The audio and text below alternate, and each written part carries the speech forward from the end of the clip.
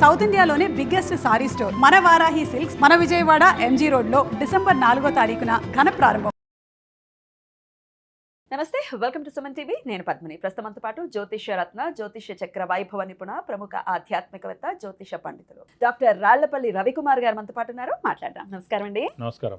December మాసం మొదలైపోయింది. మరి December మాసం గ్రహస్థితి ఎలా ఉంది, ఏ రాశుల వాళ్ళకి ఎలా ఉంది, ఇవన్నీ ఒక్కసారి మీ ద్వారానండి. శరదిందు సమాకారే పరబ్రహ్మ స్వరూపిణి వాసరాపీఠ నిలయే సరస్వతి నమోస్తుతే.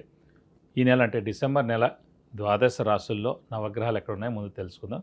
ముందుగా శని వచ్చేసి మనకి మీన రాశిలో ఉన్నారు. అలాగే గురువు వచ్చేసి మనకి మిథున రాశిలో ఉన్నారు. రాహు కుంభరాశిలో ఉన్నారు. అలాగే కేతు వచ్చేసి మనకి సింహరాశిలో ఉన్నారు. నెక్స్ట్ వచ్చేసి మనకి శుక్రుడు ధనుసు రాశిలోకి 20th డిసెంబర్ నుంచి వస్తున్నాడు. అలాగే మనకి కుజుడు వచ్చేసి 8th డిసెంబర్ 2025 నుంచి మనకి ధనస్సులోకి ప్రవేశిస్తున్నాడు. ఇక కుజుడు మటుకు స్వస్థానమైన వృశ్చికంలోనే ఉంటాడండి మ్యాక్సిమం 29th డిసెంబర్ దాకా. సో కుజుడు స్వస్థానంలో ఉన్నందుకు చాలా మటుకు మంచి ఫలితాలు వస్తాయి. ఎందుకంటే కొన్ని రాశులకి యోగకారకుడు కుజుడు అవుతారన్నమాట. సో ఉదాహరణకి కర్కటక రాశి కానీ, సింహరాశి కానీ, మీన రాశి కానీ కుజుడు యోగకారకుడు అండి. సో ఎప్పుడైతే యోగకారకుడు మనకి స్వస్థానం కానీ ఉచ్చస్థానంలో కానీ ఉంటాయో మనకి ఫైనాన్షియల్గా చాలా బాగుంటుంది. అదృష్టం మెయిన్ యోగకారకుడు, అదృష్టకారకుడు, లక్ ఫేవర్ చేసే గ్రహమైన కుజుడు స్వస్థానంలో అంటే మనకి అదృష్టం బాగుంటుంది. సో ఈ 3 రాశుల వాళ్ళకి అదృష్టం పరిపూర్ణంగా ఉంటుందని చెప్పుకోవాలి. రవి మటుకు వచ్చేసి మనకి ధనుసు రాశిలో ఉంటాడు. శుక్రుడు కూడా మనకి ధనుసు రాశిలో ఉంటాడని చెప్పుకోవచ్చు ఈ మాసం అంతా.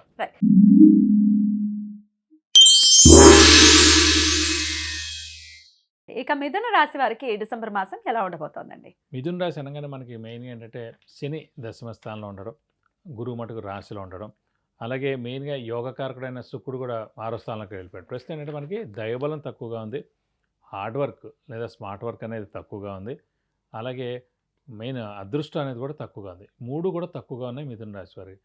ఎందుకంటే మెయిన్గా అంటే లేజినెస్ పెరిగిపోద్దండి. ఎప్పుడైనా సరే దైవబలం ఉన్నా, లేకపోతే అదృష్టం ఉన్నా, లేకపోతే హార్డ్ వర్క్ చేసే గ్రహం బాగున్నా కూడా మనకి అన్నీ ఒకటి తర్వాత ఒకటి కలిసి వస్తాయి. ఎక్కడికి వెళ్ళినా పనులు జరుగుతాయి అనుకోండి. ఆ పనులని మనకే ముందుగా తెలుస్తాయి కూడా, ఇక్కడికి వెళ్తే పని అవుతుంది అనుకోకుండా వాళ్ళ నుంచే కాల్ కూడా వస్తుందన్నమాట.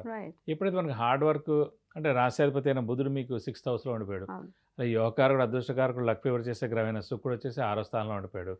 గురుబలం, దైవబలం, దైవానుగ్రహాన్ని అనుకుంటున్న గురువు వచ్చేసి రాశిలో ఉండిపోయాడు. మరి గురుబలం లేదు అనేది కూడా వింటూ ఉన్నాను, నిజమేనా? గురుబలం లేనట్టే. ఎందుకంటే 2, 5, 7, 9, 11 స్థానాల్లో గురువు ఉన్నప్పుడు సంవత్సర కాలం పాటు అక్కడే ఉంటాడు కాబట్టి దాని గురుబలం అంటారు.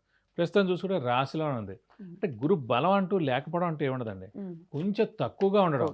అంటే మనం అప్పుడు ఆ సమయంలో హార్డ్ వర్క్ చేయమన్నమాట అంతే. ఆ అదృష్టం, దైవబలం అనేది తక్కువగా ఉండడం చేత పనులు జరగవు అంతే.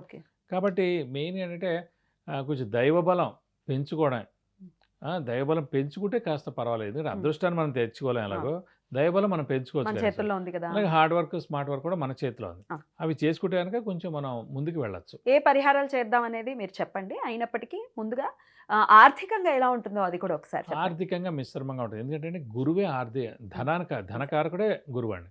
సో అలాంటి గురువే రాశిలో ఉండిపోయేటప్పుడు కంటే మిశ్రమంగా ఉండిపోయాడు అనమాట. అంటే మనకు 100 రూపాయలు వచ్చే చోట 50 రూపాయలే వస్తుంది. మనం 100 రూపాయలు కష్టం చేస్తే కనుక 40 రూపాయలే వస్తుంది.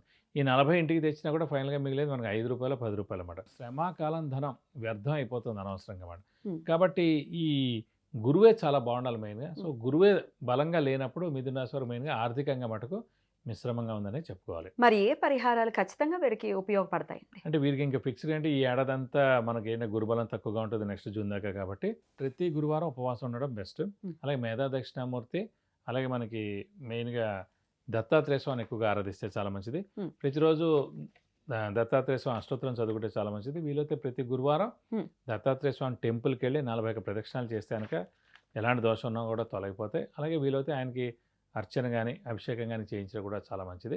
ఇంకా మనకి అయ్యో బలం తక్కువగానే ఉంది, ఏ పనులు జరగట్లే అనిపిస్తే మనం ఖచ్చితంగా గురువుకి 16 వేల సార్లు జపం చేయించి శనగపప్పు కేజీంప, ఒక ఎల్లో లుంగి, 1000 రూపాయల వర్త్ గోల్డ్ ఐటమ్ దానిస్తే కనుక గురువు యొక్క దోషం తొలగిపోయి మీకు అన్ని విధాలా మంచి చేకూరుతుంది. విధంగా తెలియజేశారండి. మరి మీరు పర్సనల్గా మీ చాట్ని ఒకసారి చూపించుకుని ఏం సమస్యలు ఉన్నాయనేది తెలుసుకోవాలి అనుకుంటే పర్సనల్గా ఒకసారి సార్ అపాయింట్మెంట్ తీసుకోండి. వివాహం, ఉద్యోగం, ఆరోగ్యం, ఐశ్వర్యం అన్ని రకాలవి కూడా చక్కటి పరిహార మార్గాలతో మీకు అందించి మంచి ఉన్నతమైనటువంటి భవిష్యత్తుకి దారి వేసేటటువంటి ప్రయత్నం ఖచ్చితంగా చేస్తారు. కాబట్టి పర్సనల్ అపాయింట్మెంట్ తీసుకోవచ్చు. కింద స్క్రోల్ అవుతున్న నంబర్స్కి కాల్ చేయండి. చాలా చక్కగా తెలియజేశారండి. మిగిలిన రాసులు నెక్స్ట్ వీడియోలో మాట్లాడుకుందాం. థ్యాంక్ యూ అండి. నమస్తే. నమస్కారం.